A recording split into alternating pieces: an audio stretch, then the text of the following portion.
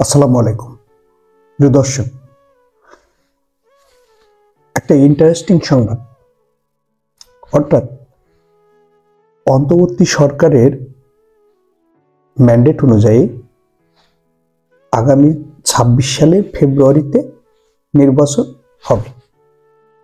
সে অনুযায়ী তফসিল ঘোষণা করার জন্য গতকাল নির্বাচন কমিশন প্রধান নির্বাচন কমিশন নাসির উদ্দিন কবে নাগাদ তফসিল ঘোষণা হতে পারে এ সম্পর্কে স্পষ্ট বার্তা দিয়েছেন। তিনি গতকালকে এটাও বলেছেন যে আগামী ডিসেম্বর মাসের দ্বিতীয় সপ্তাহে তফসিল ঘোষণা হতে পারে যে কোনো দিন। সাংবাদিকদের প্রশ্নের জবাবে তিনি একথা স্পষ্ট জানিয়ে দেন। সে সূত্র অনুযায়ী গতকাল ২৯ নভেম্বর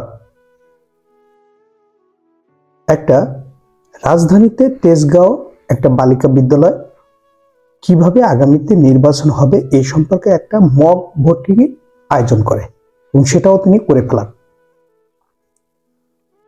প্রধান নির্বাচন কমিশন এই মক ভোটিং করার মাধ্যমে জাতিকে জানান যে আমরা এভাবে নির্বাচন করতে চাই।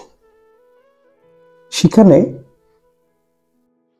আপনার গণভোটের যে বিষয়টা, সেটার বিষয়েও ভোট গ্রহণের ব্যবস্থা করা হয় ওই মক ভোটিং এর মাধ্যমে।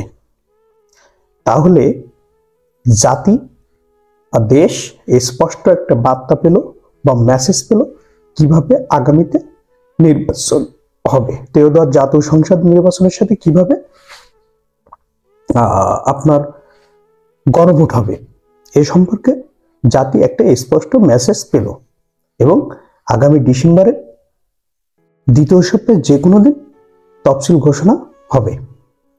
তফসিল ঘোষণা করার পরেই আসলে আসল ভোটিং যে প্রতিদ্বন্দ্বিতা শুরু, আমেজ শুরু, সেটা বাংলাদেশ দেখতে পাবে।